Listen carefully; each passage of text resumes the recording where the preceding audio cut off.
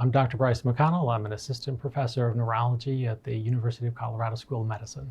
Our research study is a way of developing a technique to monitor brain health. And the way that we're doing it is we are using simple headband devices to record brain activity while people sleep.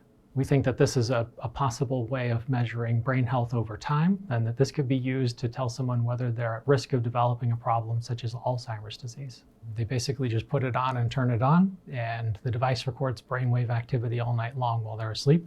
In the morning time, the data is downloaded from the device and processed to look for the signals to see whether the brain has normal activity or abnormal activity as a metric of brain health. We're still a ways away from being able to deploy this at a large scale, so this is still early work in perfecting the technique, but we would hope that this could be a way for people to know if they're experiencing risk of developing a problem such as Alzheimer's disease, and could provide a way of getting feedback on their brain health. So we can see problems in the brainwave activity that happen in association with these cellular and molecular changes that could precede symptoms by many years and could indicate that someone's at risk of developing a neurological problem way down the road.